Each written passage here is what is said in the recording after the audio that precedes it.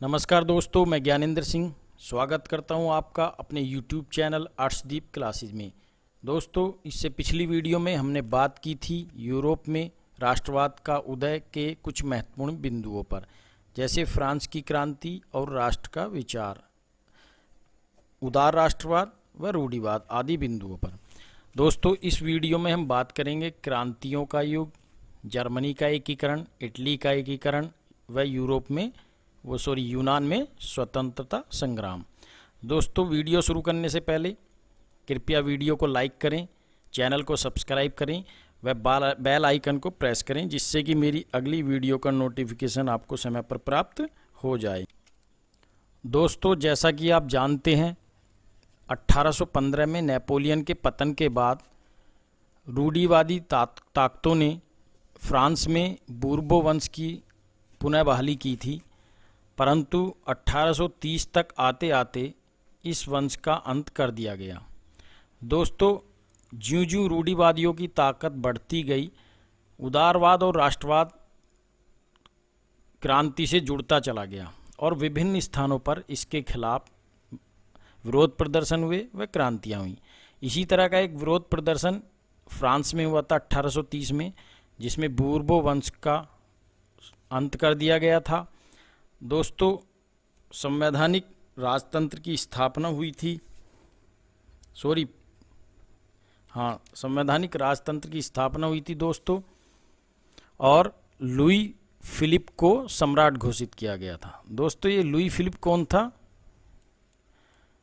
ये था नेपोलियन का भतीजा, जो देखने में बिल्कुल किसकी तरह था? नेपोलियन की तरह। ठीक है दोस्तों, ये कब हुआ था बवाल? 1830 में। दोस्तों, संवैधानिक राजतंत्र से तात्पर्य हमारा उस शासन व्यवस्था से होता है जिसमें राजा तो शासन चलाता ही है, परंतु वह संविधान के हिसाब से शासन चलाता है और जनता द्वारा उस गद्दी पर प्रतिस्थापित किया जाता है। जब तक वह सही काम करेगा, वह अपनी गद्दी पर बना रहता है। इस तरह की व्यवस्था को संवैधानिक राजतंत्र कहते हैं। इस घटना के बाद ऑस्ट्रिया के ड्यूक मेटरनिक ने एक टिप्पणी की थी कि जब फ्रांस छींकता है, या मैंने खांसता है लिख दिया है, ये क्या था? छींकता है, तो बाकी यूरोप को सर्दी जुकाम हो जाता है। इसका क्या मतलब था? इसका मतलब ये था कि फ्रांस में उस समय जो भी घटनाएं घटती थीं, उनका इम्पैक्ट यानी कि प्रभाव पूरे यूरोप पर पड़ता था। इस वजह से मेटरनिक ने ये टिप्पणी की थी, यानी कि अब इस तरह की घटनाएं यूरोप के बाकी प्रदेशों में भी शुरू हो जाएंगी। दोस्तों, उसी समय एक महत्वपूर्ण घटना घटी थी, यूरोप का स्वतंत्रता संग्राम। यूनान पूर्वी यूरोप का एक महत्वपूर्ण देश था, परंतु यह 15वीं सदी से लगातार ऑटोमन साम्राज्य, जो तुर्की का साम्राज्य था, उसका गुलाम था। एक तरह से यहाँ पर ऑटोमन साम्राज्य का शासन था। तो दोस्तों, ऑटोमन साम्राज्य के खिलाफ 1821 से यूनान में स्वतंत्रता के लिए संघर्ष शुरू हो गया दोस्तों। और इस संघर्ष में भाग लेने वाले लोग कौन थे दोस्तों? निर्वासित यूनानी, पश्चिमी यूरोपीय, यानी कि यूरोप के जो पश्चिमी हिस्से के देश थे, उनके कुछ बुद्धिजीवी लोग, शिक्षित लोग, यूनान के कलाकार और कवि। दोस्तों, ये यूनानी, जो निर्वासित यूनानी थे, ये कौन थे? ये वह लोग थे जो पहले से ही यूनान में ऑटोमन साम्राज्य के खिलाफ विद्रोह करते आ रहे थे, और ऑटोमन साम्राज्य ने इन्हें विस्थापित कर दिया था, अपने देश से निकाल दिया था। दोस्तों, यह संघर्ष लगातार चलता रहा और अंग्रेज कवि लॉर्ड बायरन ने भी इस संघर्ष में हिस्सा लिया था, और वह इस लड़ाई में मारे भी गए थे। दोस्तों, इसी क्रम में आ गए 1832 में कुस्तुनतुनिया की संधि हुई और यूनान को स्वतंत्र राष्ट्र की मान्यता मिल गई। दोस्तों, यूनान की स्वतंत्रता का प्रभाव पूरे यूरोप पर पड़ा था और इसने आगे चलकर एक महत्वपूर्ण रोल अदा किया था। दोस्तों, उसी समय एक रोमानी कल्पना और राष्ट्रीय भावना का विकास हुआ। यह एक अपने प्रकार की एक अजीब ही मतलब विचार था, इनका विचार था, इसको मानने वाले लोग जो थे रूमानीवाद को, वो कहते थे कि राष्ट्र का विकास केवल युद्ध और क्षेत्रीय विस्तार से नहीं होगा, और किससे होगा? इसके लिए काव्य, कहानियाँ, कला, किस्सों और संगीत आदि की भी मदद लेनी पड़ेगी। यानी कि ये एक ऐसा सांस्कृतिक आंदोलन था जो एक विशेष प्रकार की राष्ट्रीय भावना का विकास करना चाहता था। इसी तरह का एक आंदोलन रूस में भी हुआ, क्योंकि पोलैंड उसको उस समय पिरसा और रूस जैसे देशों ने कब्जा कर बांट लिया था। तो रूस के खिलाफ जो पोलैंड वासी थे वो लगातार विद्रोह करते रहते थे। रूस उन पर अपनी भाषा को जबरदस्ती थोपता था, परंतु उन्होंने अपनी धार्मिक शिक्षा को केवल पोलिश भाषा में ही लेने का प्रण किया, और इसी वजह से रूस ने उनके बहुत सारे पादरी और बिशपों को गिरफ्तार कर साइबेरिया वाले एरिया में भेज दिया था। तो यानी कि पोलिश भाषा का प्रयोग उन्होंने किस में किया था? विरोध प्रदर्शनों में। किसने? राष्ट्रवादियों ने। ठीक है दोस्तों। अब इसी समय जो 1830 में फ्रांस में जो बूर्बो वंश का अंत कर लुई फिलिप का शासन स्थापित किया गया था, वहाँ अगले कुछ समय में ही हालात बहुत ख़राब हो गए थे। ठीक है दोस्तों। 1830 के बाद का ही जो दशक था वो सारा ही इस तरह की कठिनाइयों के लिए जाना जाता है। इसमें क्या हुआ था, ये इसमें लिखा गया है कि 1830 का दशक भारी आर्थिक कठिनाइयों के लिए जाना जाता है। इसका कारण क्या था दोस्तों? क्यों इतने हालात ख़राब हुए थे? क्यों आर्थिक कठिनाइयाँ आई थी? एक तो उस समय जनसंख्या वृद्धि बहुत तीव्र गति से हुई थी। लोगों ने गांवों को छोड़कर शहरों की तरफ जाना शुरू कर दिया था। बेरोजगारी में वृद्धि हो गई थी। ठीक है दोस्तों। बेरोजगारी में वृद्धि, फसल नष्ट होने के कारण खाद्य पदार्थों की कीमतों में वृद्धि हो गई थी, और औद्योगिकरण के कारण भी गरीबी आई थी। वजह ये थी कि ब्रिटेन में जो औद्योगिकरण हुआ था उसके बाद वहाँ से बड़े स्तर पर उत्पादन होने की वजह से जो माल आता था वो सस्ता होता था, और जो लोग हाथ के कारीगर थे जो माल बनाते थे उसको कोई नहीं खरीदता था। इस वजह से दिन प्रतिदिन गरीबी आती जा रही थी। तो इस वजह से क्या हुआ, लोगों ने सरकार के खिलाफ विरोध प्रदर्शन शुरू कर दिए दोस्तों। लोग सड़कों पर उतर आए। कहाँ पर? फ्रांस में। ठीक है। जगह जगह अवरोध लगाए गए, और इस सारे घटना के बाद क्या हुआ, लुई फिलिप गद्दी छोड़कर भाग गया और वहाँ पुनः गणतंत्र की स्थापना की गई। इससे पहले जो लुई फिलिप का जो शासन था वो क्या था? संवैधानिक राजतंत्र।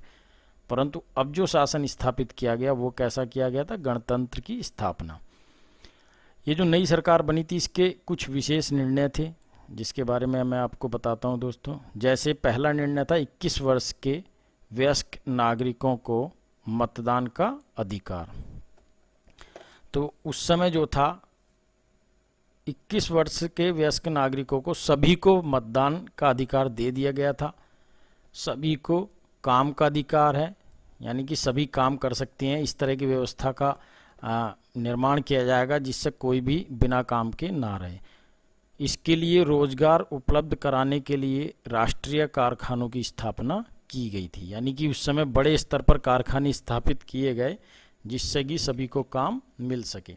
दोस्तों 1948 जो है वो उदारवादियों की क्रांति के रूप में जाना जाता है।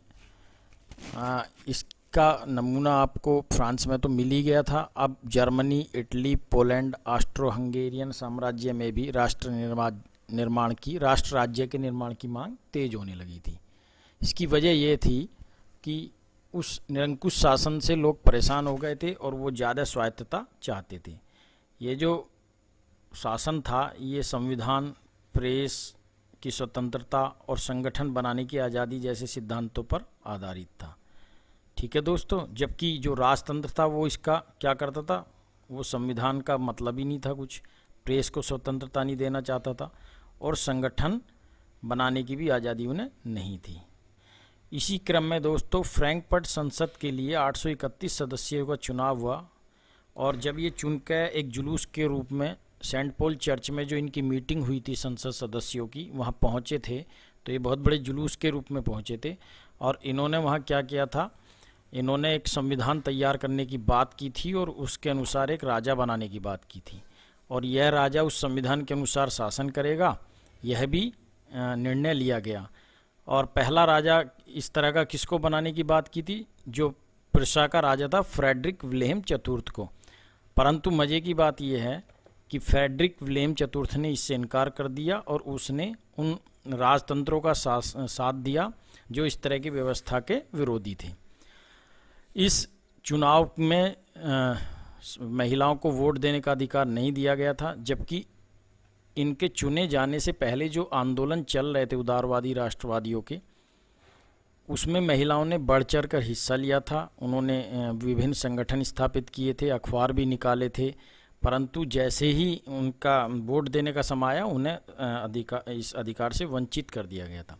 और मज़े की बात यह है कि ये जो सेंट पॉल चर्च में ये बैठक हुई थी संसद सदस्यों की, इसमें भी उन्हें केवल दर्शक दीर्घा में खड़े होकर देखने की आज़ादी दी गई थी। उन्हें कोई बैठने का स्थान या इस मीटिंग में भाग लेने का स्थान नहीं दिया गया था।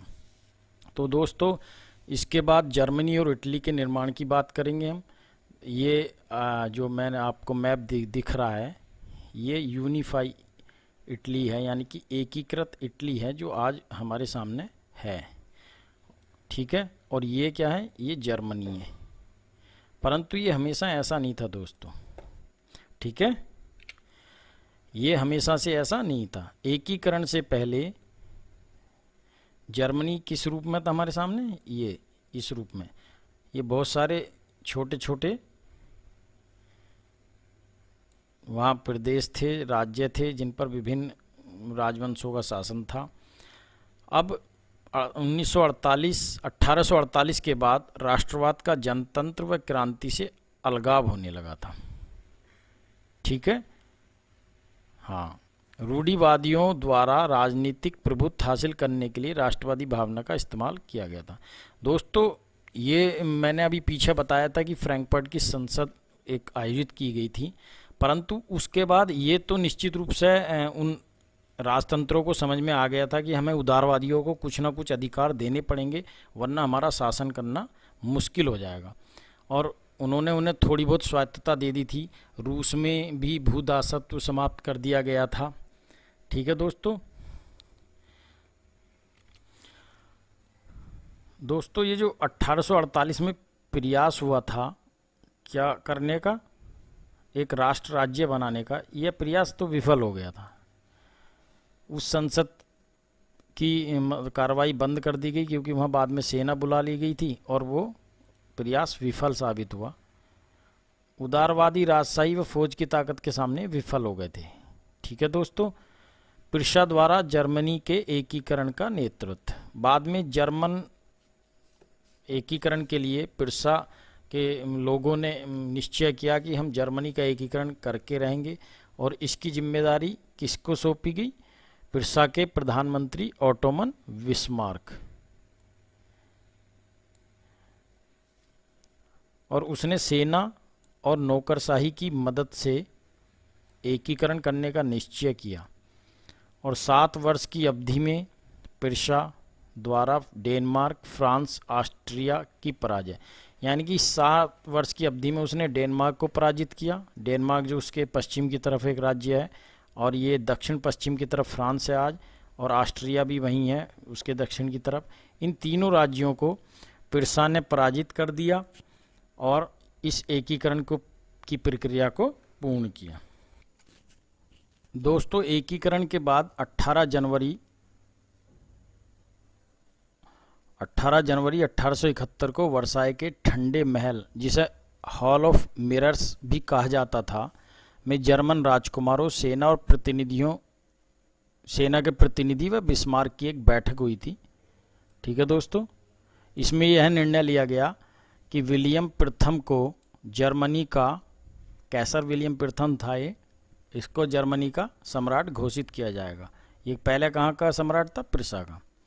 मुद्रा, बैंकिंग व न्याय व्यवस्था के आधुनिकीकरण पर बल दिया गया। इसमें यह निर्णय लिया गया कि हमें मुद्रा को मजबूत बनाना है, बैंकिंग को सुधारना है और न्याय व्यवस्था को भी सुधारना है, जिससे कि जर्मनी आने वाले समय में एक मजबूत राष्ट्र बनकर उभरे। ठीक है दोस्तों। इसके बाद हम बात करेंगे इटली के एकीकरण की। इटली का एकीकरण जो था वो 19वीं सदी के मध्य से बाद हुआ था और उससे पहले इटली विभिन्न बहुत सारे राज्यों में बटा था। इनकी संख्या लगभग 7 थी। इन 7 में से केवल एक सार्डिनिया पीडमॉन्ट ऐसा जो था राज्य था जिस पर इटली का जो पारंपरिक राजवंश था, पुराना राजघराना था, उसका शासन था। ठीक है दोस्तों। जबकि उत्तरी भाग किसके अधिकार में था? ऑस्ट्रियाई हैब्सबर्गों के। वो कौन कौन से 2 प्रांत थे? लोम्बार्डी और वेनेशिया। देखिए ये लोम्बार्डी और वेनेशिया, ये वाला प्रांत, ये किसके अधीन था? ये था ऑस्ट्रिया के अधीन। और ये जो मध्य इलाके पर पोप का शासन था। ये जो ये वाला शासन है पर्पल टाइप सा देख रहे हैं आप, यहाँ पे पोप का साम्राज्य था। दक्षिण भाग में बूर्बो वंश का शासन था, इन्हें 2 सिसिली के नाम से जाना जाता था। और ये जो बूर्बो वंश था ये फ्रांस वाला नहीं था, ये स्पेन का बूर्बो वंश था। और ये मेडोना और ये परमा, ये 2-3 राज्य छोटे छोटे स्टेट और थे मध्य में, ये वाले, इन पे भी अलग अलग वंशों का शासन था। अब ये पीडमांट और सार्डिनिया, ये इन पे केवल पुराने इटली के पुराने राजाओं का शासन था। ठीक है। और अभी तक इतावली भाषा जो थी इटली की भाषा, वो भी एक साझी भाषा का, यानी कि पूरे देश की एक भाषा का दर्जा हासिल नहीं कर पाई थी। अब इटली का जो एकीकरण हुआ था दोस्तों, उसमें कुछ महत्वपूर्ण लोगों ने अपना योगदान दिया था। इसमें कौन कौन प्रमुख थे? जिउसेप्पे मैत्सिनी। इसके बारे में आपने पिछली वीडियो में भी मैंने थोड़ा बहुत बताया था, आपने याद होगा आपको। दूसरे थे काबूर और तीसरे थे जिउसेप्पे गैरिबाल्डी। चलिए बात करते हैं जिउसेप्पे मैत्सिनी की। ये जो चित्र मैंने लगाया है ये किसका है? जिउसेप्पे मैत्सिनी का। इसको अंग्रेजी प्रोनाउंसिएशन जो है इसका क्या बैठता है? मैज़नी के नाम से वहाँ पे बोला जाता है। 1830 के दशक में एकीकृत इटली का विचार प्रस्तुत किया। किसने किया था दोस्तों? मैज़नी ने या मैत्सिनी ने। ये मानता था कि इटली की मुक्ति का जो आधार है वो क्या है? एकीकरण है। जब तक इटली एक नहीं होगा वह विकास ही नहीं कर पाएगा। इसी वजह से इसने एक गुप्त संगठन का निर्माण किया था जिसे हम यंग इटली कहते हैं। इसके बारे में हमने पिछली वीडियो में बात कर ली थी तो बहुत विस्तार से नहीं करेंगे। अब बात करते हैं काबूर की। काबूर जो था वो कहाँ का शासक था? प्रधानमंत्री था दोस्तों। ये था पीडमांट का। और वहाँ का राजा कौन था?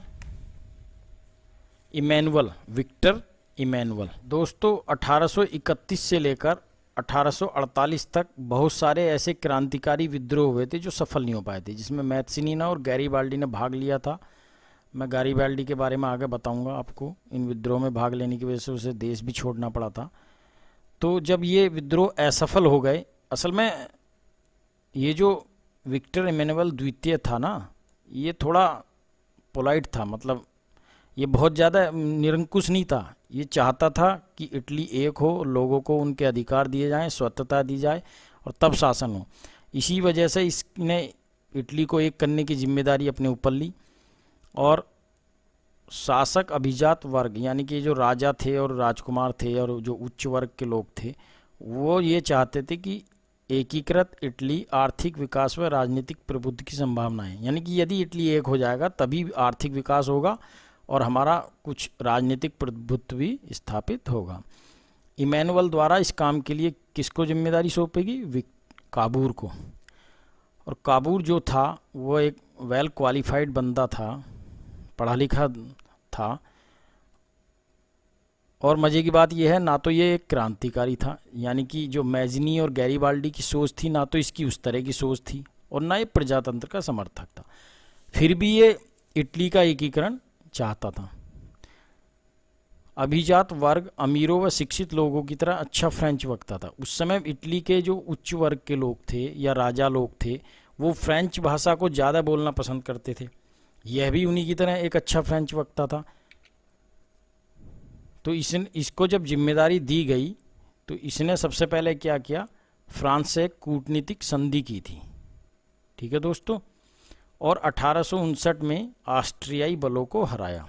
संधि के बाद, फ्रांस की संधि के बाद, क्योंकि फ्रांस उस समय थोड़ा शक्तिशाली था तो ऑस्ट्रिया को ये सीधे नहीं हरा सकता था, इसने फ्रांस से संधि करके ऑस्ट्रियाई बलों को हरा दिया।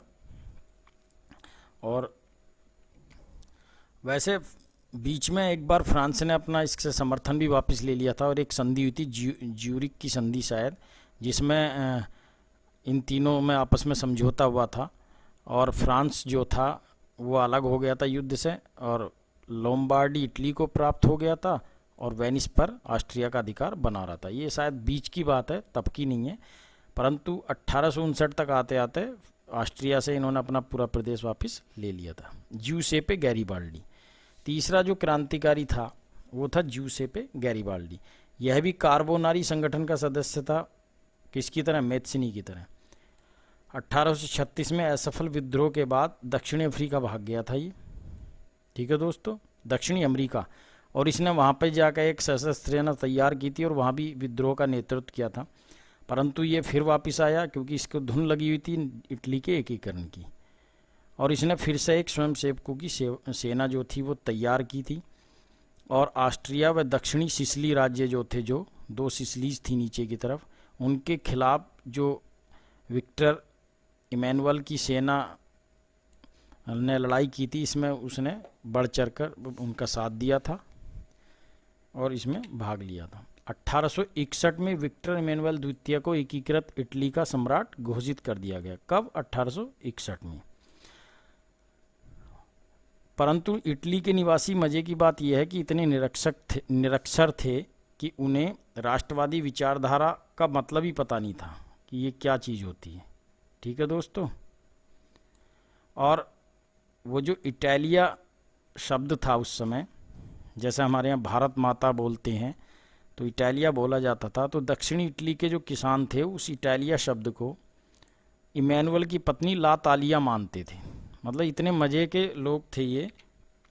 ठीक है दोस्तों, तो चलिए अब वीडियो समाप्त करते हैं, काफ़ी लंबी होगी, बाकी चैप्टर को हम अगले वीडियो में कवर करेंगे।